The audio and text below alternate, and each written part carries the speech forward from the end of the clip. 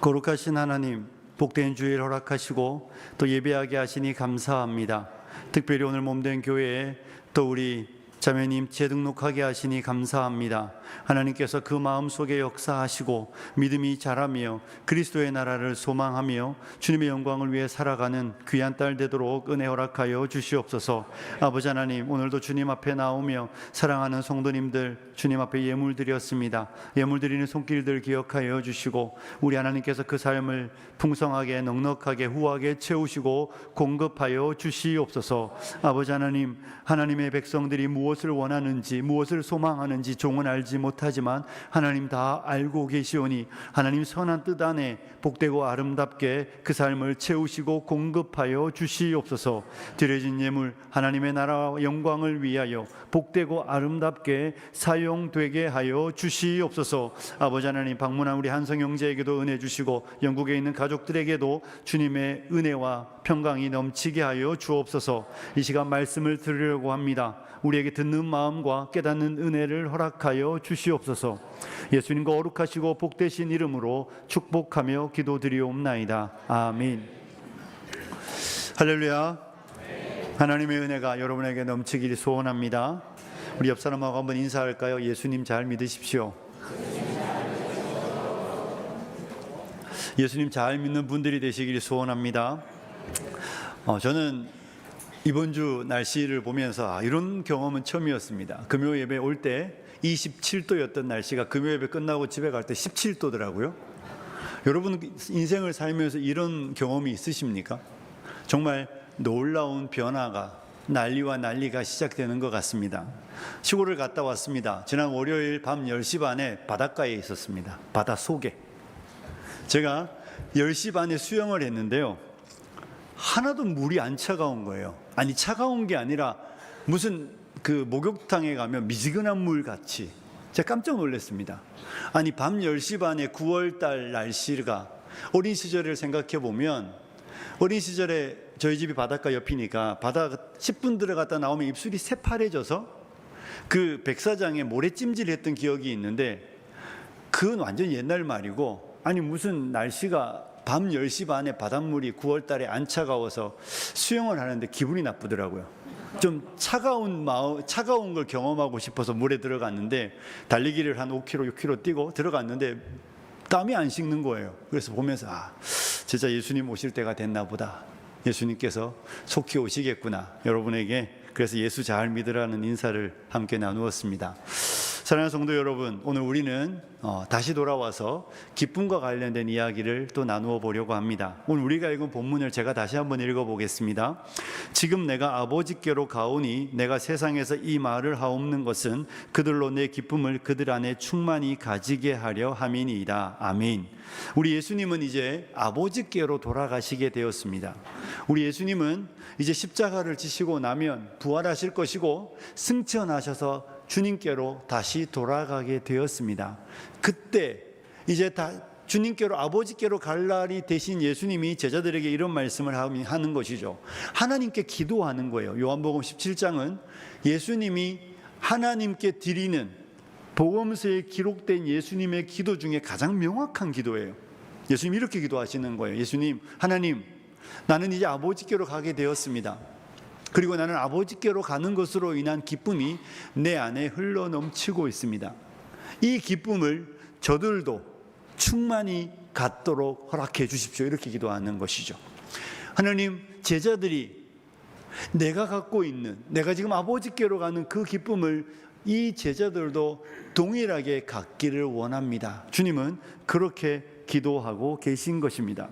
우리 주님은 이 십자가 지시기 전날 밤에도 물론 십자가를 이기셔야만 그 다음에 영광으로 나아가지만 여전히 주님의 마음은 아버지께로 간다는 것으로 인하여 기쁨이 충만함을 우리는 본문을 통해 보게 되는 것이죠. 사랑하는 성도 여러분, 우리 예수님은 소망 가운데 기뻐하셨다. 이렇게 본문은 우리에게 가르쳐 주고 있습니다. 예수님은 소망 중에 기뻐하셨습니다. 우리 예수님의 생애가 어떻습니까? 예수님은 하늘 아버지의 영광의 보좌를 버리시고 낮고 천한 곳에 오셔서 공생애의 시간을, 그리고 33년이라는 되는 시간을 이 땅에 사셨습니다. 그런데요, 예수님은 33년 이 땅에 살면 우리 생각에는 사람이 여기 자꾸 살고 여기를 보다 보면 여기도 좋아, 여기가 좋아질 법도 한데 예수님은 33년의 생애를 사시는 날 동안 이 땅에 소망을 두시지 않으셨습니다. 우리 예수님은 이 땅에 소망을 두지 않으셨고 이 땅을 살아가시는 날들 동안 예수님의 유일한 생각과 유일한 목적은 아버지의 뜻을 이루는 것이었습니다. 그래서 우리 예수님은 하나님 아버지의 뜻을 이루기 위하여 이 땅을 살아가셨고 이 땅의 삶을 살아내셨던 것입니다.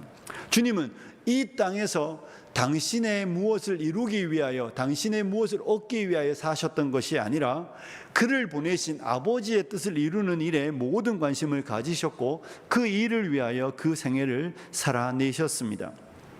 그리고 그 일을 하는 날들 동안 주님은 단 하루도, 단 한 번도 주님이 돌아갈 그 아버지의 나라를 잊으신 적이 없습니다. 주님은 언제나 창세 이전에 아버지와 함께 가졌던 그 영광을 바라보셨고 그 영광을 소망하셨습니다. 그리고 그 영광 가운데 기뻐하시며 이 땅의 삶을 살아가셨던 것이죠. 그러니 예수님은 돌아갈 날을 생각하고 이 땅에 오신 것입니다. 오실 때부터 예수님의 마음은 돌아갈 날에 있는 것이죠. 이것이 우리 예수님의 삶입니다. 우리 형제분들, 우리 남자 집사님들 어떻습니까? 군대 갔다 오신 분들 입대하는 날부터 소망이 무엇입니까? 전역하는 날이에요. 남자는 입대하는 날 소망이 전역하는 날입니다. 저도 1994년 3월 22일에 입대하고 96년 5월 23일에 전역했습니다. 날짜도 다 기억해요. 여러분 왜 기억하겠습니까? 들어가는 날부터 그날만 생각하는 거예요. 들어가는 날부터 그때가 온다. 오긴 오더라고요. 사실 나오면 더 힘들잖아요. 나오면 더 괴롭거든요. 그래도 나오고 싶었고 나오는 날이 다가올수록 기쁘고 즐거웠습니다. 사람이 엄청 관대해지고 막 그렇습니다. 우리 예수님은 이 땅을 사시는 날 동안 내려오시면서 아버지께로 돌아갈 그 영광의 날들을 소망하시고 그 소망 가운데 이 땅을 살아가셨죠.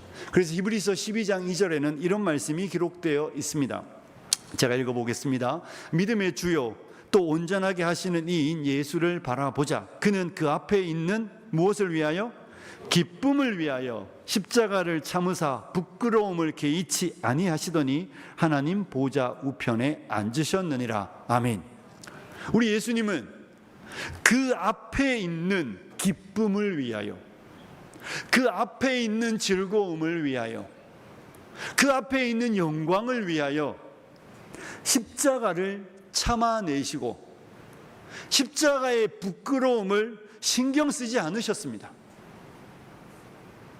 왜냐하면 주님은 그리스도와 하나님과 함께 있는 아버지의 나라의 그 영광을 향한 소망으로 그 마음이 충만하셨기 때문에 그 영광을 얻기 위하여 십자가를 개의치 않으시고 부끄러움을 참아내시고 하나님 보좌 우편에 앉으셨던 것이죠. 그러니 우리 예수님의 생애는 십자가를 두려워하지 않으셨습니다. 왜냐하면 예수님은 하나님 나라의 영광의 소망으로 그 마음이 충만하셨기 때문입니다. 그리고 그 하나님의 나라에 대한 소망은 주님의 마음에 넘치는 기쁨을 허락하셨던 것이죠. 그래서 우리 주님은 소망 가운데 기뻐하셨다고 성경은 말하고 있습니다. 그러면 성경은 저와 여러분에게 우리도 예수님처럼 소망 중에 기뻐하는 자가 되라고 말씀을 주고 있는 것이죠. 사랑하는 성도 여러분, 성도는 소망 중에 기뻐하는 사람인 줄로 믿습니다. 여러분, 우리 이전에 예수 믿기 전에 우리는 소망이라는 단어를 몰랐습니다. 예수님을 믿기 전에 우리는 소망의 의미도 몰랐습니다. 사람들은 희망이라는 단어를 쓰죠. 사람들이 말하는 희망은 내년, 2년 뒤, 10년 뒤, 때로는 20년 뒤, 이 땅에서 무엇인가 잘 될 것이다, 이 땅에서 무엇인가 지금보다 나아질 것이라는 희망이라는 단어를 가지고 살아갑니다. 불확실한 미래지만 그래도 희망이라는 단어를 가지고 오늘을 견디어냅니다. 확실하지 않습니다. 그런데 성경은 우리에게 희망이라고 말하지 않죠. 그래서 우리는 분명하고 확실하기 때문에 그 나라에 대한 소망을 가르쳐 주고 있습니다. 저와 여러분은 예수님을 알기 전에는, 예수님을 믿기 전에는 소망을 몰랐습니다. 소망의 개념도 몰랐습니다. 그런데 예수님을 믿고 예수님을 알고 나자 우리 안에 분명한 소망이 생기게 되었음을 우리는 알고 있는 것입니다. 그리고 우리는 어떻습니까? 이전에는 이 땅에 우리의 마음을 두고 이 땅에 우리의 시선을 두고 살았는데 이제 예수님으로 말미암은 하나님의 나라에 대한 소망이 우리 안에 생기게 되자 우리는 멀리 있는 하나님의 나라를 바라볼 수 있는 능력이 생기게 된 사람이 것이죠. 그래서 예수를 믿고 나면 예수 믿는 사람들 안에 일어나는 놀라운 일은 소망의 사람이 됩니다. 보이지 않는 것을 보는 능력자들이 되는 것입니다.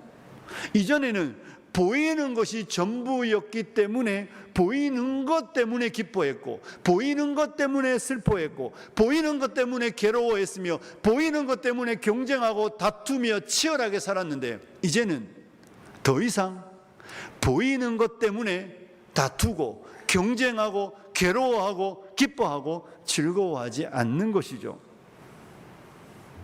왜냐하면 성도는 하나님의 나라를 맛보았고 성도의 마음에는 소망이 생겼기 때문입니다.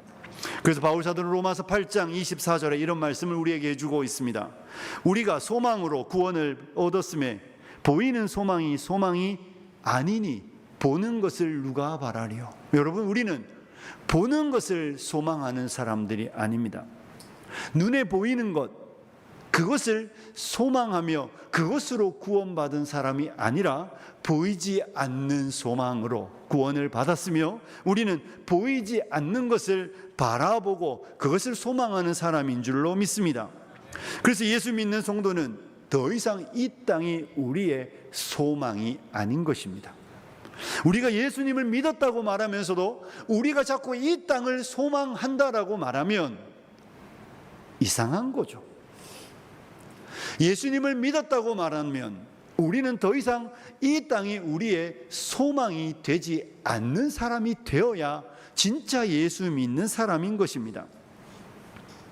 그리고 그 소망은 우리에게 기쁨을 선물합니다. 하나님의 나라에 대한 소망은 저와 여러분의 마음을 기쁨으로 채우는 줄로 믿습니다.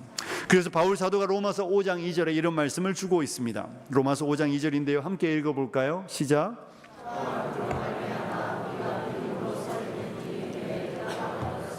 하나님의 영광을 바라고 즐거워하느니라. 아멘. 하나님의 영광을 바라보며 뭐 한다고요? 즐거워하는 거예요. 하나님의 영광의 나라를 바라보는데 너무 기쁜 거예요. 즐거워하는 것입니다. 그래서 로마서 12장 12절에도 같은 말씀을 표현해 주고 있습니다. 소망 중에 뭐 한다고요?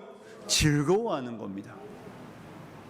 환란은 다음 주에 다룰 텐데 소망 중에 즐거워한다는 것입니다. 그것이 소망이 우리에게 주는 선물입니다. 소망은 저와 여러분으로 하여금 즐거움과 기쁨을 선물하는 줄로 믿습니다. 그래서 우리는 이제 더 이상 세상에서 세상 사람들하고 경쟁하는 사람이 아닌 거예요. 그들과 같은 것을 놓고 그들과 같은 것을 앞에 두고 경쟁하면서 저 사람이 가지면 내가 슬프고 저 사람이 못 갖고 내가 가지면 내가 기쁜 이런 사람이 아닌 것입니다. 전에는 그 제한적인 것을 놓고 다투고 싸우느라고 온 에너지와 온 힘을 다 쏟으며 기뻤다가 슬펐다가 괴로웠다가 좋았다가 나빴다가 모든 감정이 거기에서 일어났는데 이제는 그가 가지라고 하는 것입니다. 그 사람 가지라고, 그 사람 누리라고, 그 사람 다 가져도 상관없다고. 나는 그가 추구하지 못하는 것, 나는 그가 보지 못하는 것, 나는 그가 알지 못하는 것을 알고 바라보고 추구하기 때문에 나는 그것이 없어도 슬프지 않고 또 그것이 있다고 해서 그렇게 기쁘지 않은 것입니다.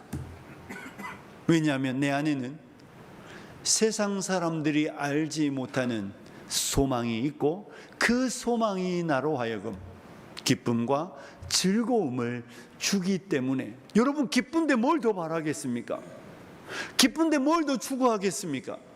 이것이 예수 믿는 사람 안에 있는 소망이며 소망이 예수 믿는 사람들에게 주는 선물인 줄로 믿습니다.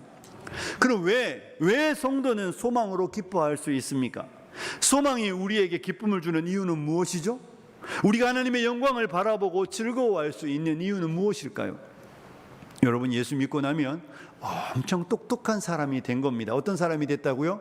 똑똑한 사람. 여러분 옆에 있는 사람이 엄청 똑똑한 사람입니다. 예수 믿기 전에 우리는 엄청 무식한 사람이었던 것이죠. 예수 믿기 전에는 우리는 엄청 지혜롭지 못한 사람이었습니다. 예수를 믿어야만 똑똑하고 예수를 믿어야만 지혜로운 사람이 되는 줄로 믿습니다. 여러분, 우리가 왜 똑똑한 사람입니까? 성도인 우리는 똑똑하다는 걸 뭘 안다는 이야기잖아요. 똑똑하다는 것은 엄청 무엇인가를 깨달아 안다는 거예요. 득도해야 똑똑하고 득도해야 깨달음이 있는 것이지, 깨달음이 없는데 똑똑할 수는 없습니다. 예수 믿고 나면 엄청 똑똑하고 득도한 사람이 됩니다. 여러분, 우리는 예수를 믿고 나면 이런 사실을 알게 됩니다. 따라해 보십시오. 세상에 대한 바른 이해를 하게 된다. 세상에 대하여 바른 이해를 갖게 됩니다. 이전에 우리는 세상을 동경하고 세상을 좋아했으며 세상을 소망했으며 세상을 얻고자 노력하던 사람들이었습니다. 너무 좋았어요, 세상이. 육신의 정욕과 안목의 정욕과 이생의 자랑이라고 말하는 그 세상이 내 눈에 너무 좋아서 갖고 싶었고 취하고 싶었으며 그것을 가지면 엄청 행복할 것이라는 착각 속에 살았습니다. 그런데 여러분, 예수를 믿고 나면 우리는 세상에 대한 바른 안목을 갖게 되는 것이죠. 아브라함과 롯이 가축이 너무 많아지니까 이제 갈라서게 되었습니다. 아브라함이 롯에게 네가 동하면 나는 서하고 네가 좌하면 나는 우할 테니 네가 알아서 골라봐라 이렇게 말하니 롯이 소돔 전력을 바라보니 하나님의 동산 같다고 말했습니다. 롯의 눈에 소돔과 고모라 땅은 정말 에덴 동산처럼 좋아 보였습니다. 그 땅이 어떤 땅인지 알지 못하는 롯이었죠. 그 땅의 종말이 어떠한지, 그 땅이 정말로 심판받아 멸망할 땅이라는 것을 알지 못했기 때문에 롯은 그 땅을 선택했습니다. 만약에 롯이 그 땅에 멸망할 땅이라는 것을 알았다면 선택했을까요? 안 했겠죠. 그의 눈에는 그 땅이 하나님의 동산처럼 보였던 것이죠. 그래서 아브라함에게 염치불구하고 내가 이 땅 갖겠다고 말하며 그 땅을 골랐습니다. 여러분, 세상이, 저와 여러분이 이전에는 세상이 하나님의 동산처럼 보였던 것이죠. 롯의 눈과 같이 우리 수준이 너무 낮으니까 이 세상이 하나님의 동산처럼 보여서 이 세상을 소유하면 모든 것을 얻는 것 같고 이 세상을 가지면 내가 정말 행복하고 기쁨이 충만할 것처럼 착각하며 그것을 얻기 위하여 다투고 경쟁하며 싸웠던 우리들이었는데, 성령님이 여러분 안에 오시면 어떤 일을 하십니까? 성령님이 저와 여러분으로 하여금 세상이 어떠한 곳인지 깨달아 알게 하시는 거예요. 여러분, 세상이 어떤 세상입니까? 심판 아래에 있는 세상입니다. 세상은 하나님의 심판 아래에 있으며 세상은 멸망당할 세상입니다. 세상은 소망의 땅이 아니라 소망 없는 땅임을 성령님은 우리에게 알게 하여 주시는 것이죠. 그래서 예수를 믿고 나면 세상은 우리의 동경의 대상도, 소망의 대상도, 사랑의 대상도, 취하고 싶어하는 욕망의 대상도 아닙니다. 성령님은 우리에게 그런 눈을 열어주시는 것이죠.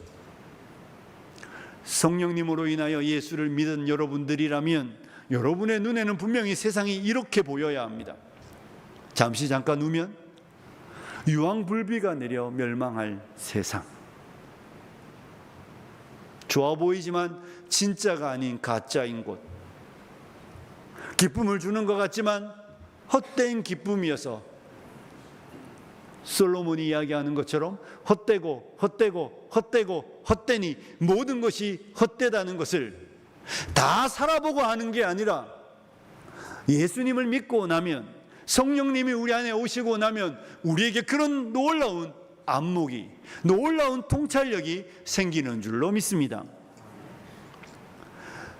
예수를 믿었는데도 세상이 여전히 사랑스러우면 이상한 거예요, 여러분.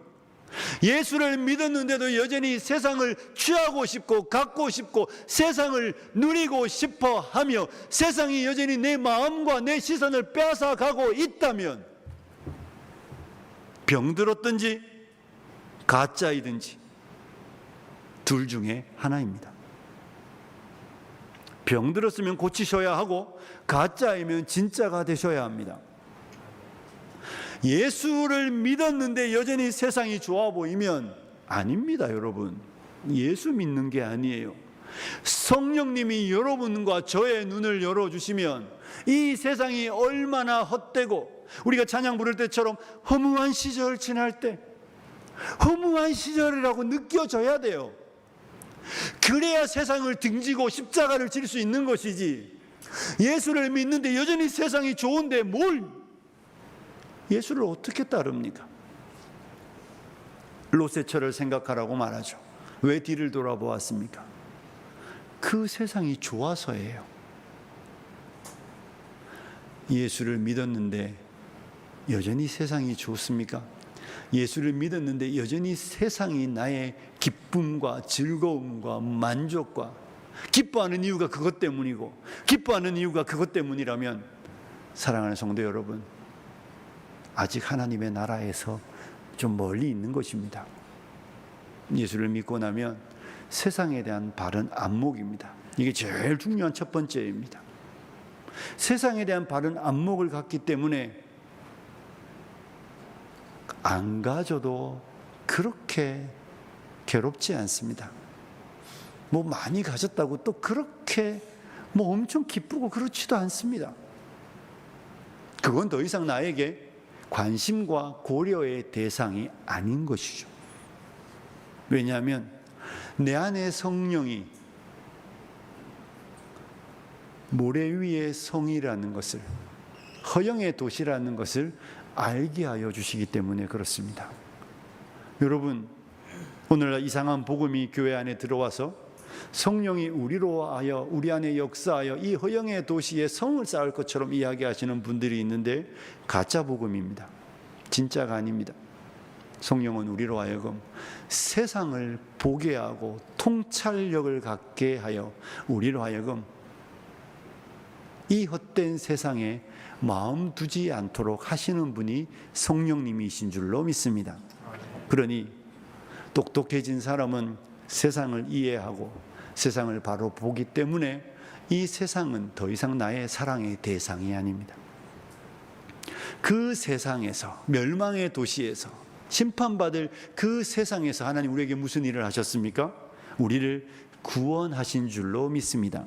그리고 우리로 그의 사랑의 아들의 나라로 우리를 옮겨주셨다고 바울 사도가 골로새서 1장 13절에 말하죠. 그가 우리를 흑암의 권세에서 건져내사 그의 사랑의 아들의 나라로 옮기셨으니, 여기에서 옮겨 그의 사랑의 아들의 나라로 옮길 것이라고 말하는 거 아니에요. 옮기셨다 믿으시기를 축복합니다. 이제 우리가 그의 사랑의 아들의 나라에 들어간 자들이 되었다고 성경은 우리에게 가르쳐주고 있는 것이죠. 이 멸망의 세상에서 건져내어 소돔과 고모라에서 롯을 건져내는 그 하나님의 역사가 저와 여러분을 이 소망 없는 세상에서 건져내어 그의 사랑의 아들의 나라로 옮기셨다. 이것이 저와 여러분에게 성경이 말하고 있는 진리인 줄로 믿습니다. 그러면서 우리에게 이제 그의 약속하신 새하늘과 새 땅을 바라보며 그 나라를 볼 수 있는 은혜를 허락하여 주신 것이죠. 주의 얼굴 뵙기 전에, 찬송가 이런 가사 있잖아요. 주의 얼굴 뵙기 전에, 그 다음 뭐죠? 멀리 뵈던 하늘나라인데 사실 안 보이던 하늘나라예요. 주의 얼굴 배우기 전에는 안 보였습니다. 있다는 것을 몰랐기 때문에 바라볼 수도 없고 추구할 수도 없고 사모할 수도 없던 그 나라가 주의 얼굴 뵙고 나니 내 마음 속에 이루어지는 거예요. 그리고 날로 날로 가까워진다는 것 때문에 너무 좋은 거예요. 계속 멀리 있으면 얼마나 안타깝습니까? 그런데 그 나라가 날로 날로 가까워지니 너무 행복하고 기쁜 것이죠. 이것이 저와 여러분이 기독교 신앙 안에서 깨닫는 가장 중요한 진리입니다. 세상을 알게 되고 내가 세상에서 구원받았음을 알게 되고 구원받은 우리에게 하나님이 그의 나라와 의가 거하는 그 새 하늘과 새 땅을 바라보게 하여 주시는 것이죠. 그래서 베드로 사도가 베드로서 3장 13절에 보면 우리는 그의 약속대로 의가 있는 곳인 새 하늘과 새 땅을 뭐합니까? 바라보도다, 이렇게 말하고 있는 것입니다. 사랑하는 성도 여러분, 우리 혹시 이사를 하신 분들, 집을 사신 분들 중에 남이 살던 집 말고 아파트를 청약하여서 당첨되어 새 집에 이사 가신 분들, 해보신 분들이 있으시죠? 청약되었을 때 기쁩니다. 그런데 중도금 낼 때 허리 휩니다. 막 미칠 것 같잖아요. 이 돈은 빌릴 데도 없는데 그래도 아파트 올라가면 엄청 기분 좋습니다. 저기 내가 들어갈 집이니까. 그리고 우리는 그 모든 중도금들을 감당합니다. 왜냐하면 내 집이 보이잖아요. 야, 저기 조금만 있으면 내가 봤던 그 모델하우스가 그렇게 꾸며질 거야. 사실 그렇게 꾸며지지는 않아요. 그래도 우리 엄청 좋아합니다. 휴가 갈 때 어떻습니까? 우리 여름 휴가든 뭐 어떤 휴가든 해외 아껴서 휴가 가려고 이제 돈을 딱 모아서 비행기 티켓팅하고 호텔 예약하고 그 동네 어디가 맛집인지 여러분 찾을 때 내가 이 피곤한 일을 왜 하고 있지 않은 사람 아무도 없어요. 그 일을 할 때는 잠도 안 와요. 아침에는 그렇게 일어나기 싫은데도 또 밤에는 또 그 짓을 하고 있어요. 야, 여기는 어디가 맛집이래더라. 또 누구한테 물어보고 갔다 왔다 그러면 또 물어보면서 우리는 그 일들을 열심히 하면서 즐거워합니다. 그 갔다 오고 나면 뭐 별거 없더라, 뭐 이런 이야기 하긴 하지만 어쨌든 그 과정이 우리에게 얼마나 기쁨을 줍니까? 하나님의 나라를 약속받은 저와 여러분이, 하나님의 나라를 허락받은 우리들이 그 나라를 바라보게 되고 그 나라를 소망하게 되면서 그 나라는 우리 안에 그렇게 놀라운 역사를 일으키는 거예요. 이제 세상은 더 이상 나의 동경과 사랑의 대상이 아니며 그리스도 예수의 나라를 바라보게 되고 구원받은 감격 속에 그 나라를 소망하고 살아가는 것이 예수 믿는 사람이라는 사실을 믿으시기를 축복합니다. 그래서 성경은 우리에게, 약속을 받은 성도에게 주시는 하나님의 말씀이 무엇입니까? 우리 몇 구절을 좀 보겠습니다. 디도서 2장 13절입니다. 디도서 2장 13절 함께 읽어볼까요? 시작.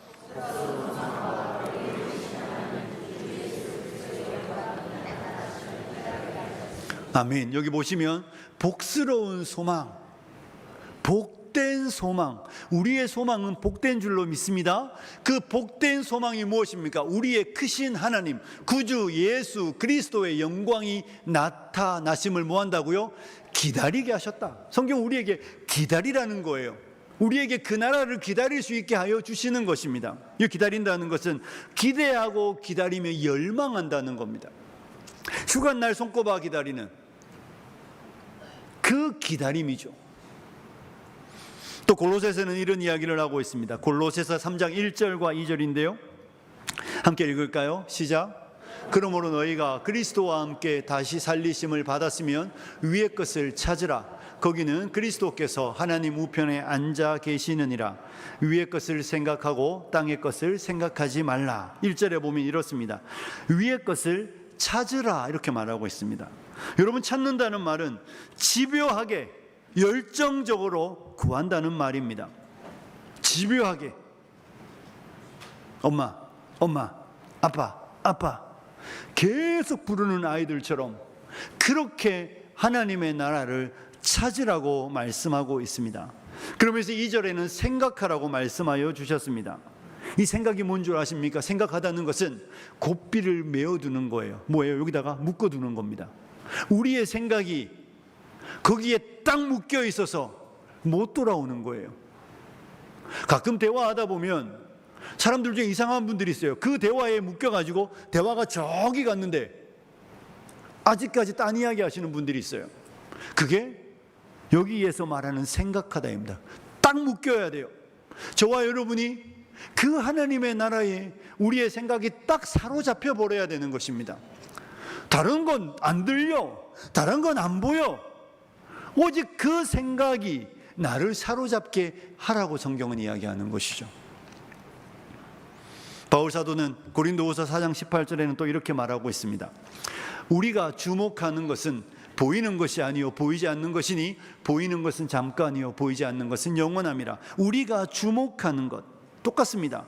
너희의 시선이 고정되어 집중하는 것, 뚫어지게 쳐다보는 것, 그런 것이죠. 여러분, 저를 뚫어지게 쳐다봐 주셔서 감사한데 그렇게 쳐다보는 거예요. 하나님의 나라를 그렇게 뚫어지게 쳐다본다는 것입니다. 왜냐하면 방금 읽은 성경에 보면 보이는 것은 잠깐이고 보이지 않는 것은 영원하기 때문입니다. 베드로 사도도 비슷한 말씀을 주고 있습니다. 여러분 주보에 잘못 나갔거든요. 베드로후서 3장 12절과 13절입니다. 함께 읽을까요? 시작.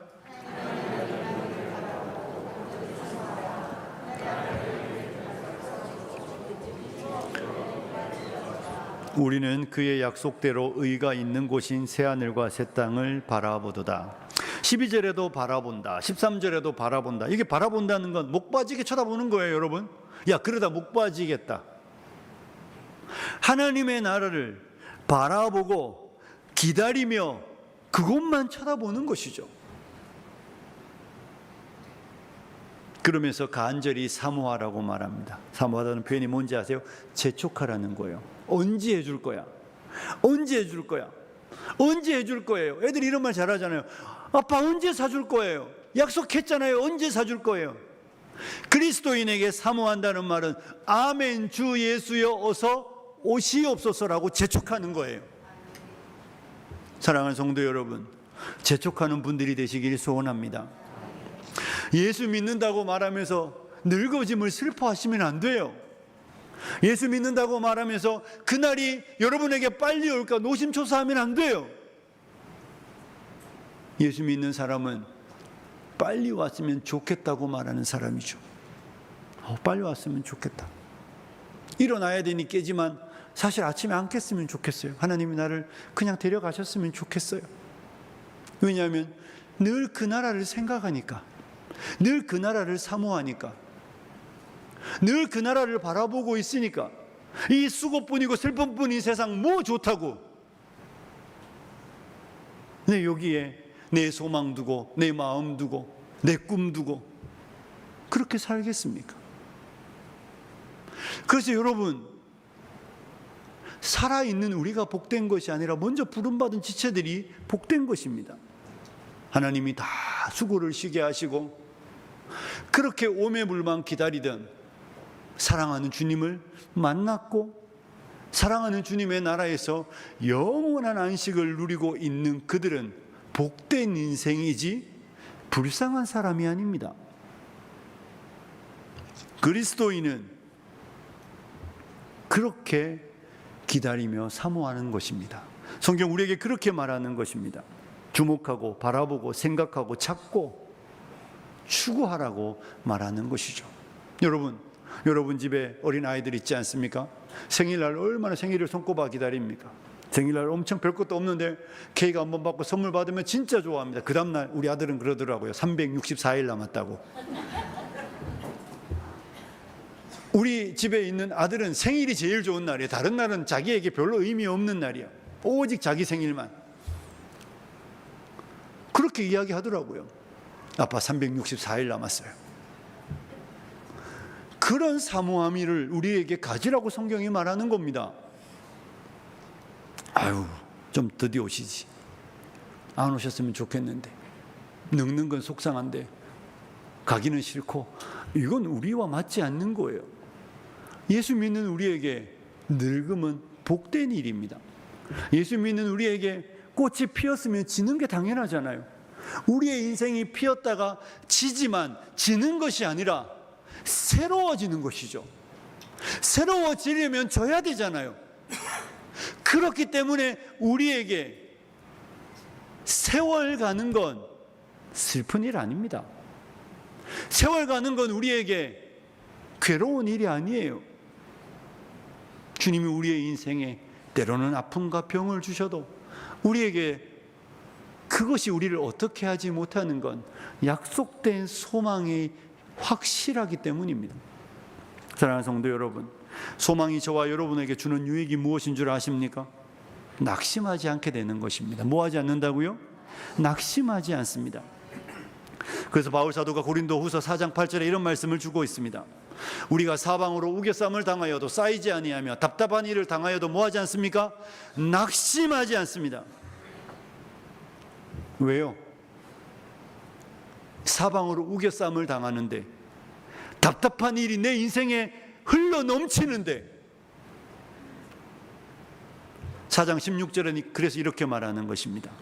그러므로 우리가 낙심하지 아니하노니 우리의 겉사람은 낡아지나 우리의 속사람은 새로워진다.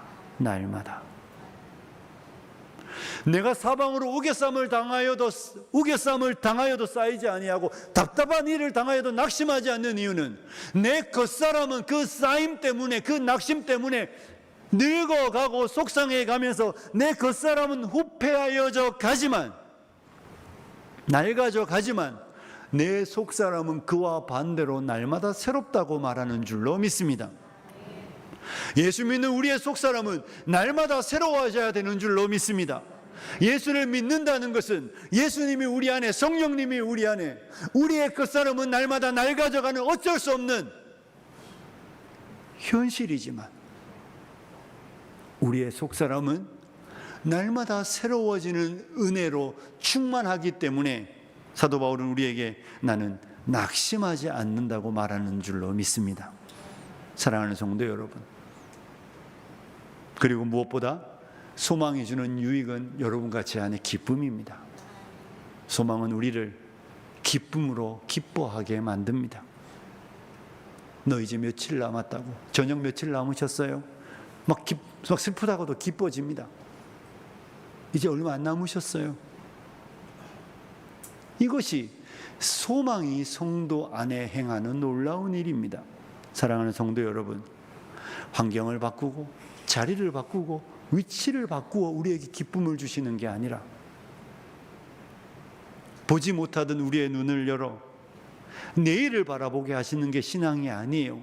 신앙은 내일을 보게 하고 한 달 뒤를 보게 하고 10년 뒤를 약속하며, 우리에게 10년 뒤를 약속하며 네가 주님 잘 섬기면 10년 뒤에 너의 인생에 집도 주고 차도 주고 좋은 걸 줄게, 이렇게 약속하시는 거 신앙 아니에요.